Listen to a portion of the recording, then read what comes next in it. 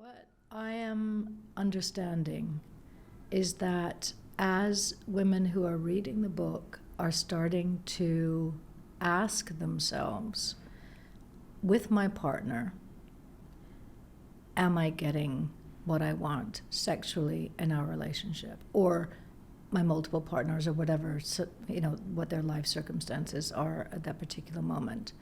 And if they're observing their feelings around it, around the thought of asking for it, around whether they'd, Meaning, do I dare to ask for what I want? do I dare to ask for what And I do want? I know? And if do I know? Do I dare to ask? If I don't know, why? If I don't dare to ask, why? Mm-hmm. If I do dare to ask, but I'd rather not waste time, not bother. It's too complicated. We've tried. It didn't work. But it just opens up the conversation. And women are also starting, as they are engaging with the stories in the book. You get quite a lot from the women who have written in. It's not just the fantasy. It is, I've been married for 40 years. He hasn't touched me for or whatever. Or I am in a lesbian relationship for all intents and purposes, but my fantasies are always about men. Just there's a lot of variation, and you get, the women are really identifying with the human beings writing in, and identifying with particular aspects of their real lives, their needs, their desires, the complexities of both the fantasy, the desire, and the status quo. And so it's just bringing up a lot of questions. And it's also, I've heard from a lot of women that they're making life changes because of what the book is bringing up for them. Right. Because I think what I was thinking when I was reading is, you get, first of all, a theory of desire. How is female desire constituted? And multiple ways. It's not just one way, but how is it articulated? When I say desire, I define it as to own the wanting. But that's one piece. But I think the bigger piece that I've always thought about, and that I find confirmed here, is that fantasies are not just sexual scripts or sexual enhancements and turn-ons. Fantasies actually reveal you at your most bare. And they tell truths about you that are hard to get at otherwise. And they reveal not just what you want sexually, but actually what you really want emotionally and psychologically. Yeah. And once you understand that it is a coded language for some of our deepest emotional needs, wishes, fears, aspirations, rather than just plain sex, then it reveals you in a way that is irresistible. Yeah. Once you find yourself with a huge gap between the permissible and the possible, then you cannot stay in your seat. No, and you can't unsee that. Right. You can't. You can't. Yeah. I think that's what people are finding. And I always said to my students, I say, don't ask people what they do.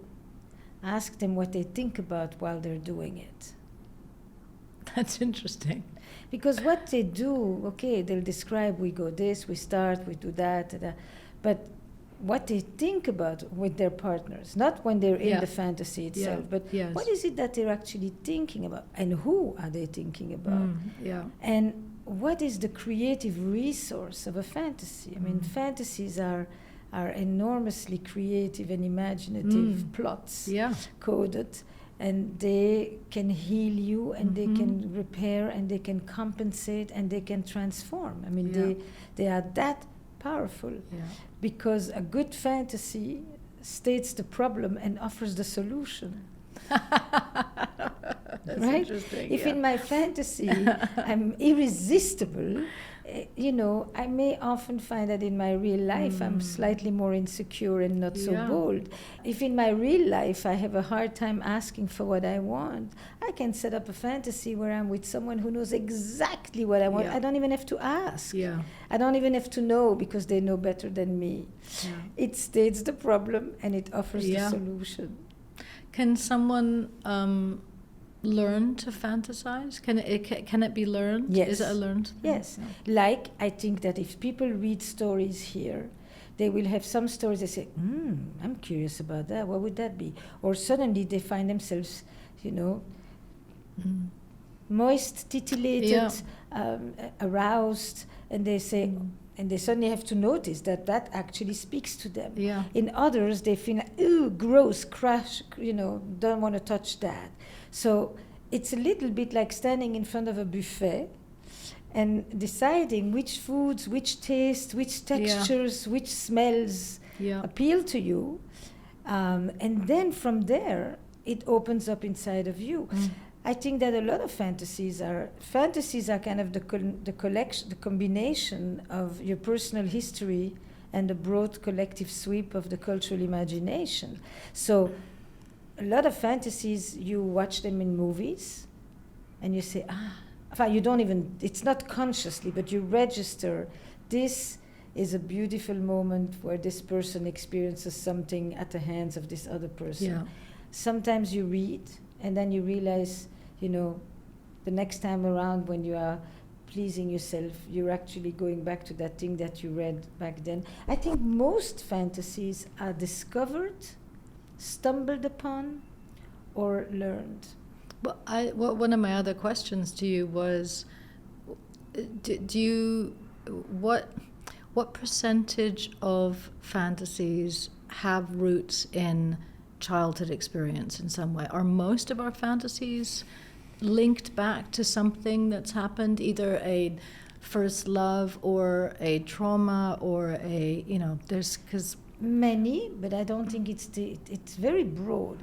Yes, you can have experiences in childhood of delight, of play, and you remember of biking, of sitting on a horse, of paddling, of sitting on your granddad's lap or your father's or mother's lap with lots of. It's not just trauma. But for instance, if there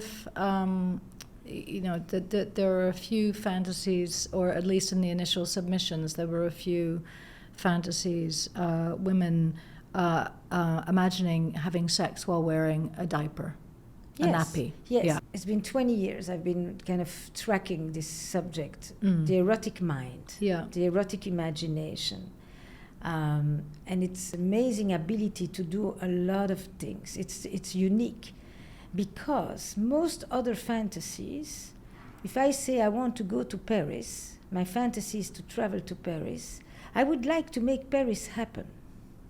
But sexual fantasies often exist as a realm of experience that transcends the restrictions, the boundaries, your sense of self, your self-image, your moral and ideological convictions. It's the transgressive nature of it that is so powerful, and not your desire to want to experience it in reality. Many of our fantasies we would never want to experience in reality. And that's the opposite of most other fantasies that we have, most other things that we imagine.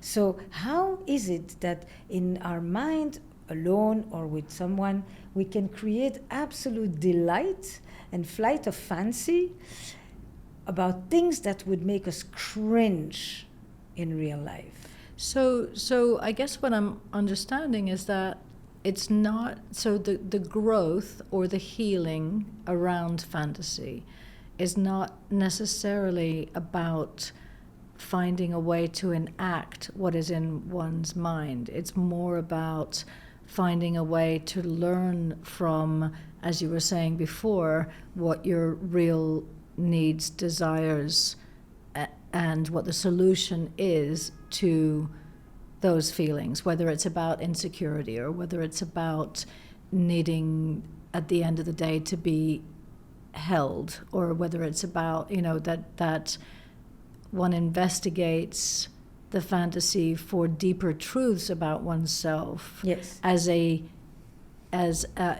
healing path to that, as opposed to the healing path being a reenactment of it in some way. And it's not always healing. Sometimes it's just fun. Right. It's excitement. I mean, the primary purpose of a fantasy is to intensify excitement and arousal and pleasure. Yeah. Yeah. Let's be very, very clear. Yeah. That is its main function. Yeah. It's what more can I add, and sometimes it's enacted. Sometimes it doesn't need to be enacted because it's enacted in my mind. But the interesting piece about erotic fantasies is that they often include many feelings and experiences that do not get processed so easily in other parts of our lives. You talk about the diaper. Infantile needs and wishes are very big in our fantasy world. Jealousy, possessiveness, revenge, power exchange, total surrender, passivity. I mean, there are many feelings that we would not want to experience those in... I don't want to feel jealous in real life. But in my fantasy, if that jealousy becomes an elixir, it's fun. Yeah. It's playful. It's pretend. It's a great theater. I mean, as an actress, it's really, the world of fantasy is a theater. Yeah. You perform the play, or you read the play, or you imagine the play, but it is a theater. And it's extremely important for people to understand the pretend nature of it, because that's what helps with the discomfort, the shame, the guilt, the embarrassment. Yeah. And people have to understand that fantasy is play. But because it reveals them to themselves, they often think, oh, what does that say about me? That I am imagining something like that. Why are the infantile wishes so prevalent? Because for many people, it's a time when they felt very secure, when it is about the wrapped, warm, peeing in the diaper was very warm. It was, being held, being cleaned. There's a lot of, for many people, positive associations with being rocked, being held, being soothed. And so what we have a capacity to do is to eroticize those needs, wishes, aspirations, experiences, and turn them into erotic material. And I don't think anybody has ever fully understood how this works and why we do this. And do other mammals have them? Everybody has a sexuality, but not everybody has an erotic life. And the central agent of eroticism is our imagination. Yeah, yes. It's this and not that. Yeah. But for many women, I just say sometimes it's the time of day, it's the weather, it's the temperature, it's the water. It's things that have nothing to do with plot and accoutrements and toys. It's just anything that enhances the experience. You don't have to think about it as an elaborate script. Sure. One of the questions that came up early with journalists in promoting the book was about the fact that we included a chapter called Captive. And that we discussed, I mean, I know for myself a number of women who have very violent fantasies, and it was important to me that the book included those because they are a truth, and women have them. And I wanted to ask you about that, just in terms of, I mean, as you said a minute ago, that a woman would never necessarily want that to actually happen. To be I've never seen a woman who wants a split actually lip. Wants it to happen. No. But the fantasy of a level of violence. Now, sure, some may be rooted in trauma. No. But if it's not, then what? Yeah. It may be. Yeah. It may be. Yes. And when it is, I think it's always important to ask the question, is it repetition or repair? because sometimes it's repair. I Yeah. reclaim it. Yeah. I have turned this story into my own story, because a fantasy, you are the author. Yeah, exactly. You are the character. You are the playwright. You're Yeah. the performer. Yeah. You have You're every the role director. in it. You're the Yeah. director. And nobody makes you do anything you don't want to do, Yeah. even if the plot is that somebody is making you do something. But that's the plot you're writing. Exactly. So I think that forced seduction has, people have been delving into it and trying to understand it, and I prefer to call it that than rape fantasies and Yeah. all of that. But to me, there's something very ingenious about the forced seduction fantasy, and it's this. For most of history, women could never claim their sexual wants. And so what did they do in their imagination? Sometimes they created someone who made them do everything they wanted, but that they couldn't ask for. Because de facto, if I write the story, Right, yes, it's sure. everything I want. Yes, yes. But you're making me do it, so I never have to say that's what I wanted. I just did it because they wanted me to, they made me. That's interesting. And it was such an ingenious way to be able to experience pleasure and excitement without having to claim it and own it and bear the responsibility of it.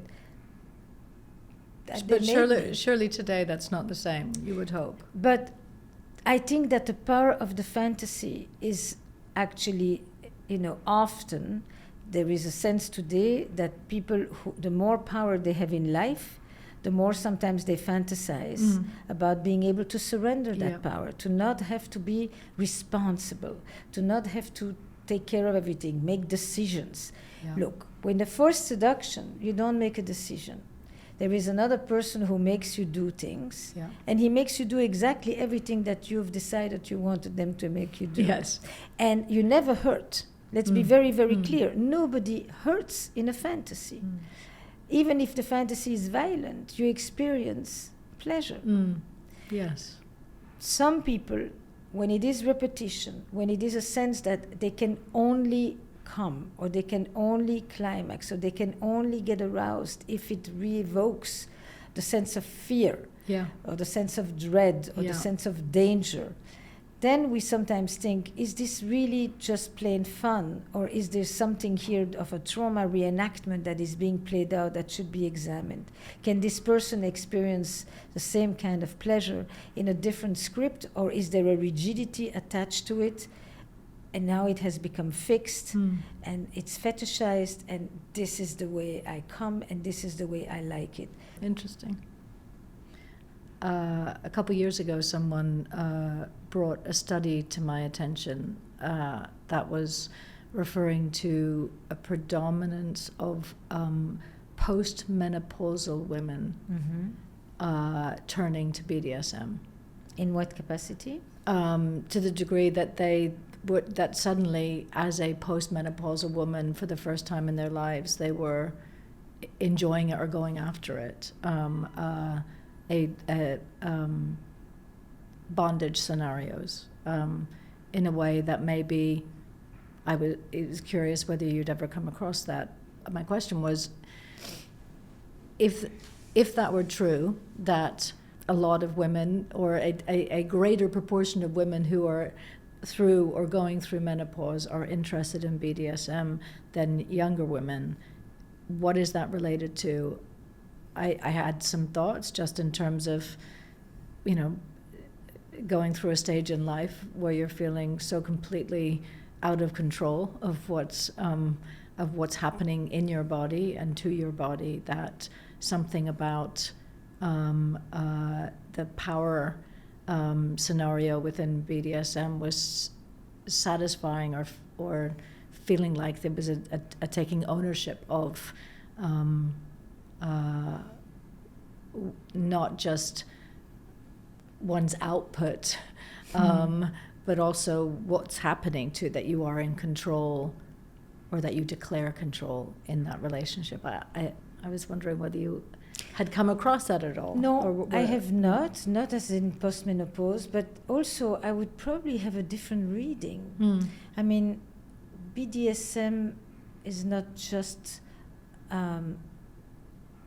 and these are heterosexual women, bisexual women, pansexual women? I don't know what the study was. I was assuming that it was across the board. Right. I think that I had a number of thoughts when you were asking the question. I mean, one is, for many women, sexuality in a long-term relationship, I would say now more in heterosexual context, but I'm not sure it's exclusive to that. It's not usually the most interesting for a lot of women. It's often penis in a vagina. It's often a 5-minute drive-by. It's not necessarily the kind of attention that they would like to have. Bondage makes somebody pay an enormous amount of attention to you. And you have to do nothing. And you don't have to take care of anybody. And you don't have to be responsible. And you don't have to make decisions. And this is a dream for many women, working women, caring women for others, young ones, old ones, partners, you name it. And I think a lot of the fantasies of women are often about either being able to want everything exactly as they want or not to have to make any decision about what they want. Because the fantasy comes to replace the social role. I have a thing that I often describe that I see primarily in straight couples. I see many male partners who tell me nothing turns me on more than to see her turned on. And you say, loving, caring, nice, cares about the pleasure of their partner, etc. I have yet to hear a straight woman tell me that in my office about her male partner. Interesting. Nothing turns me on more than to see him turned on. It's irrelevant. It's irrelevant what he's experiencing if she's not feeling anything. If she's not feeling anything, he can be standing there with a major erection right next to her. It won't turn her on. It will not do anything to her. Interesting. What turns her on is what's happening to her. And that's because, and in order for that to happen, she needs to be able to completely focus on herself. And many of the fantasies are set up so that she can focus entirely on herself and not on worrying about the well-being of others, on caring for them, on feeling responsible for them, all of that. That kind of narcissistic investment, in the very positive sense of the word, is essential to connect her with her erotic self. I am free, which is what a fantasy is a script for. I'm sovereign means I am not responsible, worried, caring for anyone else's well-being at this moment. I'm thinking about me for a change. Bondage offers that. Submission offers that. Fantasy in general. Fantasy in general, but you were asking me about BDSM. Yes. I think if you're not able to experience so fluidly spontaneous arousal, desire, and you are more in an entrance to your sexuality that has to do with willingness. I'm willing, I'm open. It's not like I'm turned on, I'm not excited, I'm not aroused, I don't yet have any desire, but I'm open to see what will happen. Fantasy becomes ever more important in postmenopause because if it's not coming from the body, it will come from the mind. Interesting. From our imagination. So that's where I think that a good story, a good plot, can do wonders. Interesting. I have a couple more questions. Yeah, me too. I have one for you now. Because I think one of the things that you do and that I do in Where Should We Begin? So I do sessions that are anonymous. Your stories were collected anonymously. You inserted one of you anonymously in the book Wand. And the assumption is there is a freedom that we feel when we can reveal ourselves through our fantasies in an anonymous way. What did you learn about this anonymity? Anonymity, I have to imagine that, I did a book reading last night, and a woman came up while I was signing and said that she wrote a particular one in the book. And it was the first person that I had met, a real human being who had written, and I was so, obviously grateful to her and amazed that she was, that she felt free and courageous enough for me to, take a picture of her with the book and the fantasy. And I have imagined that many, many women did it purely because it was anonymous, and had it not been, and had we asked for more detail, that they would have been much shyer, or maybe would not have sent them in at all. And that's even Western. I'm not even thinking about women in countries where fantasy is illegal. Various forms of imagination even would be considered punishable. And certainly for the one that I put in myself, I was grateful for the anonymity of the book. Has anyone identified you? I mean, if they did, I would not. I think it's important that mine remains anonymous. I think it's a beautiful idea that you did it, that you threw yourself in the lot, so to speak. You said, I'm one of yours. Yeah. I'm not just a collector of your stories. I'm part of the stories. Yeah. And you swim with the fish. Yeah. It was hard. I was really surprised at how challenging I found it. And not even the fact that I was going to be handing it to somebody else, or that it, but the writing down particular words all of a sudden felt, I keep thinking dirty, which on the one hand, I feel like I'm not particularly square. I feel like I can hear anything and say anything, but there was something about the act of writing it down that felt much more pornographic than the visuals or than my imagination, which was interesting. I found that interesting. Did the fact that you wrote your own change how you read the ones from the others? It made me be much more impressed by the courage that it took for women to write in. Yeah. And did you write it in the beginning? No, I wrote it at the end. I kept putting it off. And then a couple times I tried to write it while I was on airplanes, and I found that I was too paranoid about people, that I couldn't do that. And then eventually I just sat myself down and Is it only or primarily for women? For people who identify as women? Yeah. Or it's for everyone. Absolutely. Like, can I learn about myself by understanding and by reading you? That should be able to be translated to and women, any gender and any... Exactly. And men, it was important to me that we asked only women for this particular book to send in fantasies. I have heard from many men how much they're learning from reading it. Obviously, and what's bizarre is this never occurred to me, because I was really only initially doing this for women, but men, buying it to be turned on, and but it is for everybody, and men. A couple of men have said that they're buying it for their daughters, for their teenage daughters.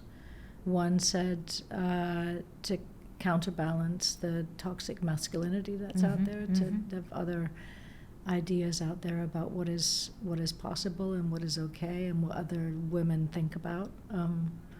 And I mean, actually, speaking of males, you have two sons, is that right? Yep. I'm curious. I also have two sons. How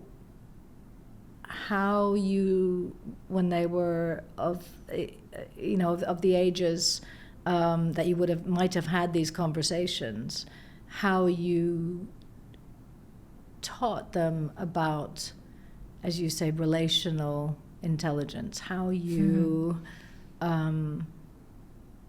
talked about sex with them, or about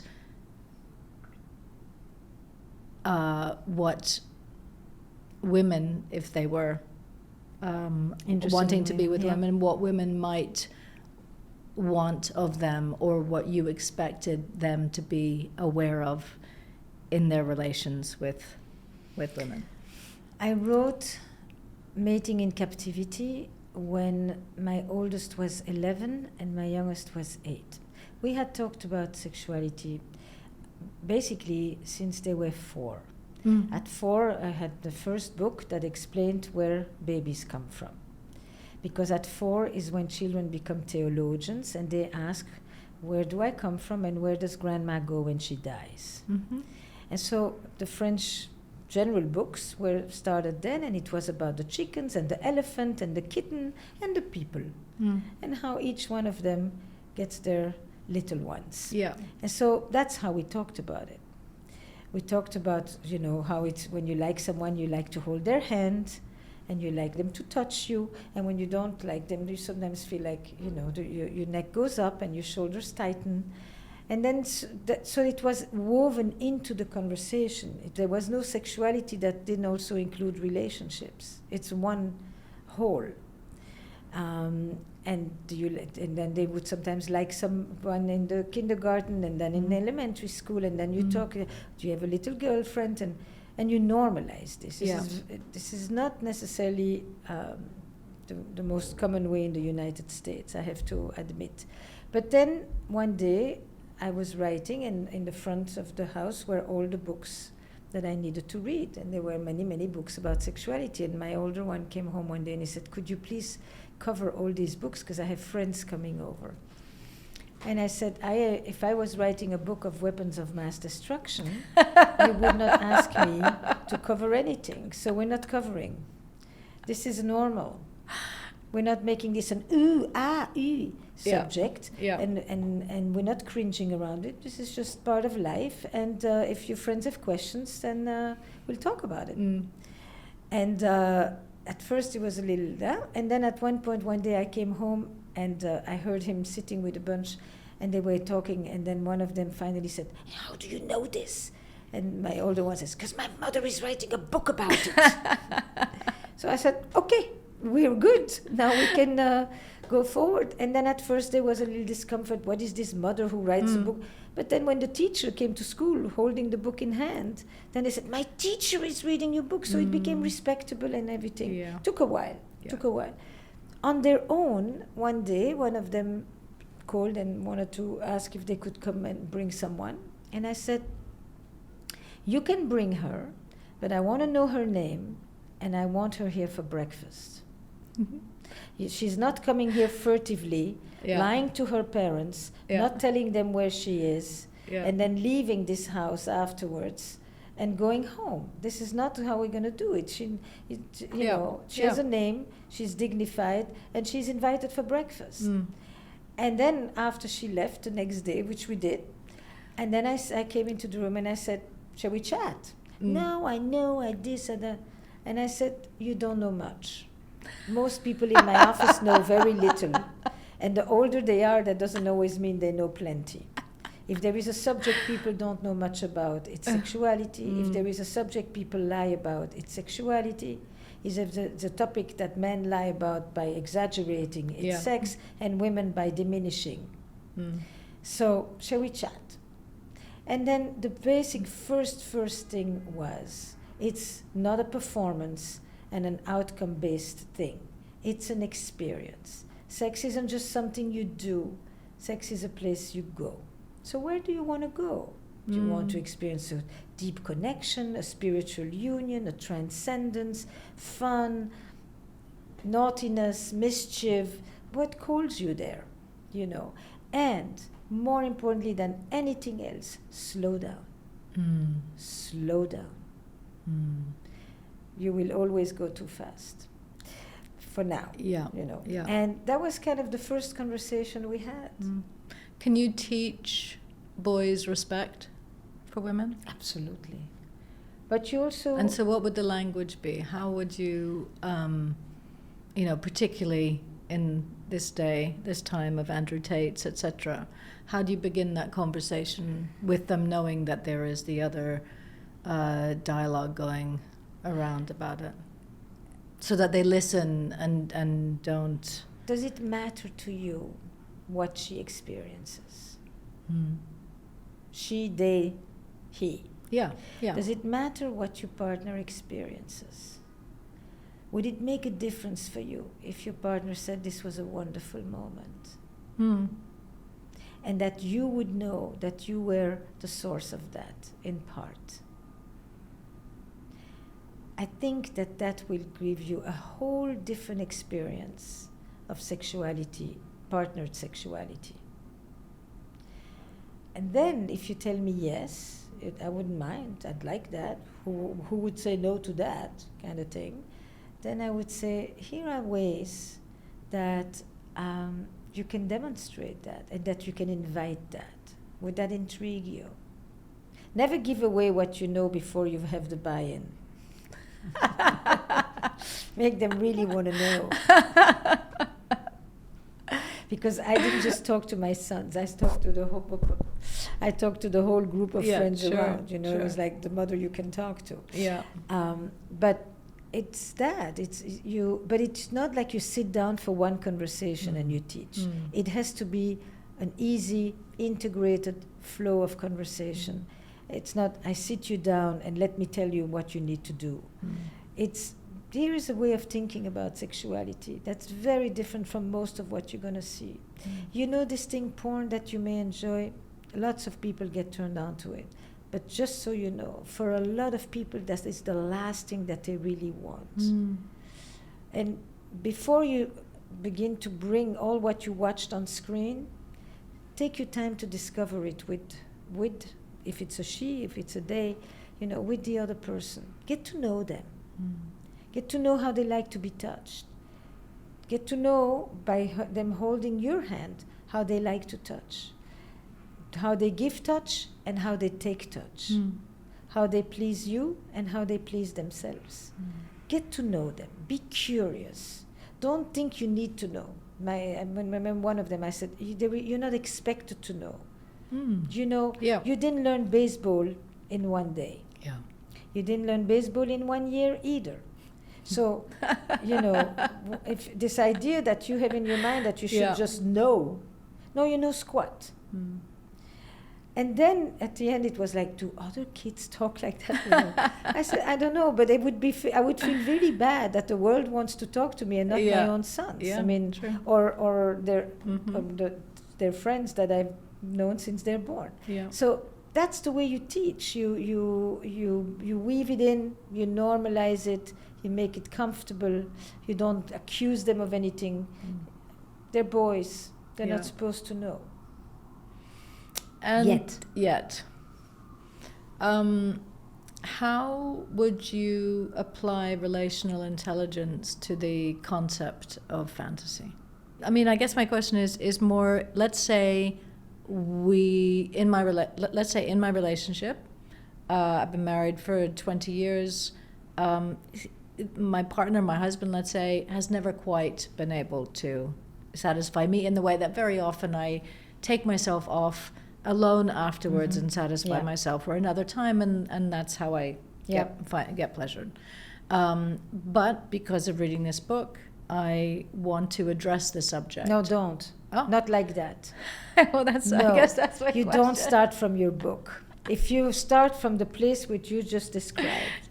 I live with someone who basically, I've never really come with them. I enjoy it somewhat or not at all, or I wait for it to be over, or I actually enjoy it but I've never come, etc., etc. You don't start with a fantasy because you don't even know if the other person. I read one like that this morning. I'm with my partner for 20-something years. We have zero romantic relationship.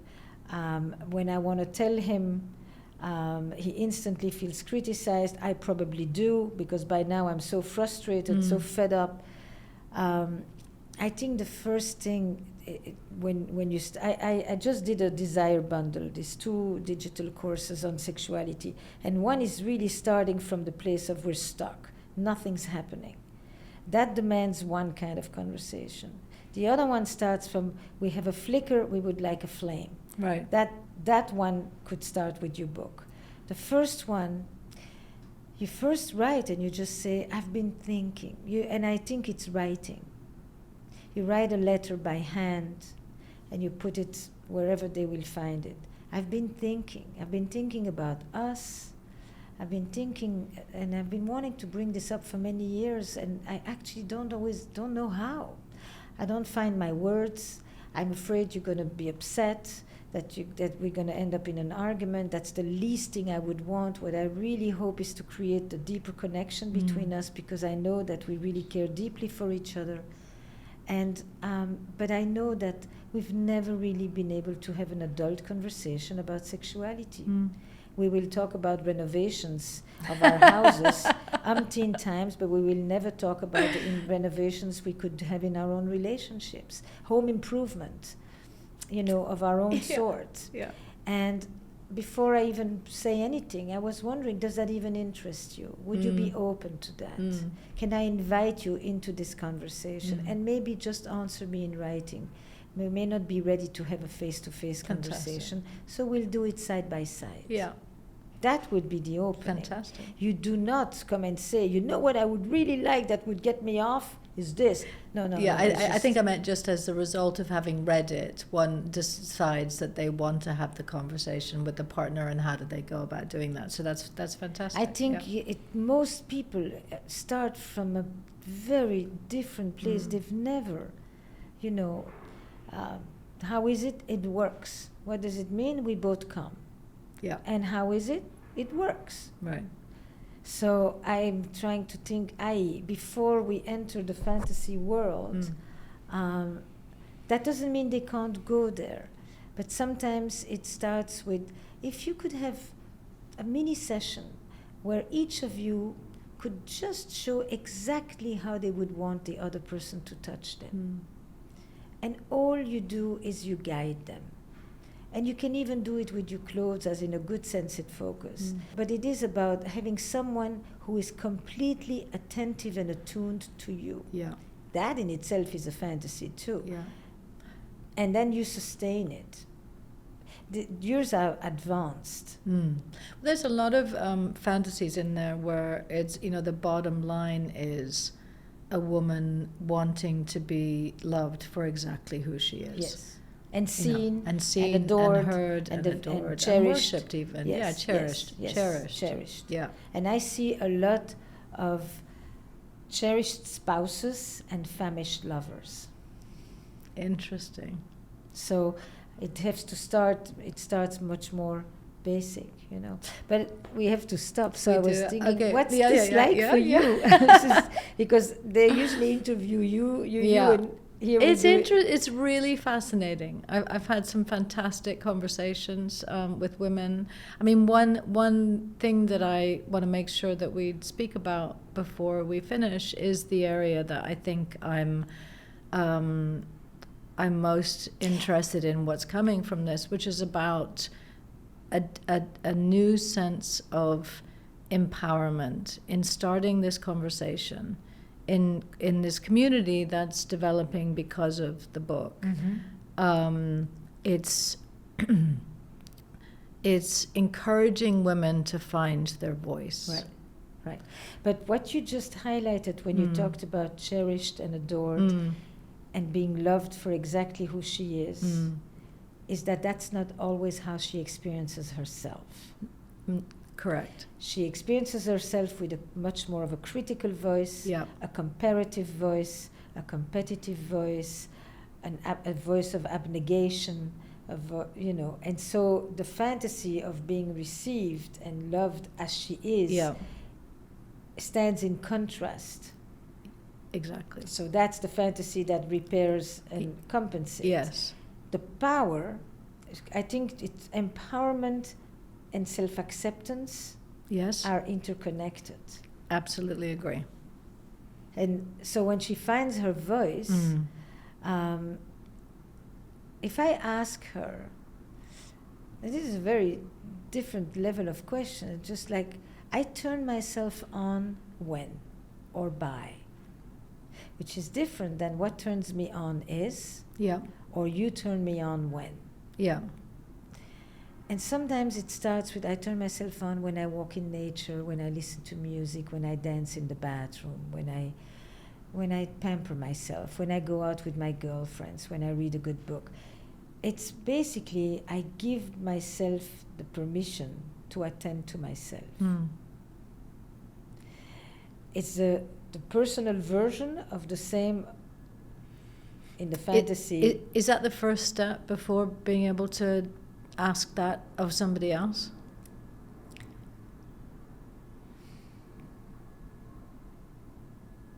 I don't know. I imagine for some it may be me first, you next, and for others it may be you first, me next. I don't know that there is a one size fits all. But what I do know is that when you ask women how do I turn myself on or off, the answers are not sexual in nature. They have to do with empowerment. They have to do with what you're highlighting, with self-acceptance, with body image, with sensuality, with pleasure, with nurturing oneself, with attending to oneself. And that in itself is the first level of I'm adoring myself. I mean, particularly adoring with the shame cherishing. and so much shame. Yeah, we can't have this book. Conversation without using this word at least once. Yeah. You know, because you paid a lot of attention to that. Yeah. And I think that cherishing myself, attending to myself is on the other side of the shame. Absolutely.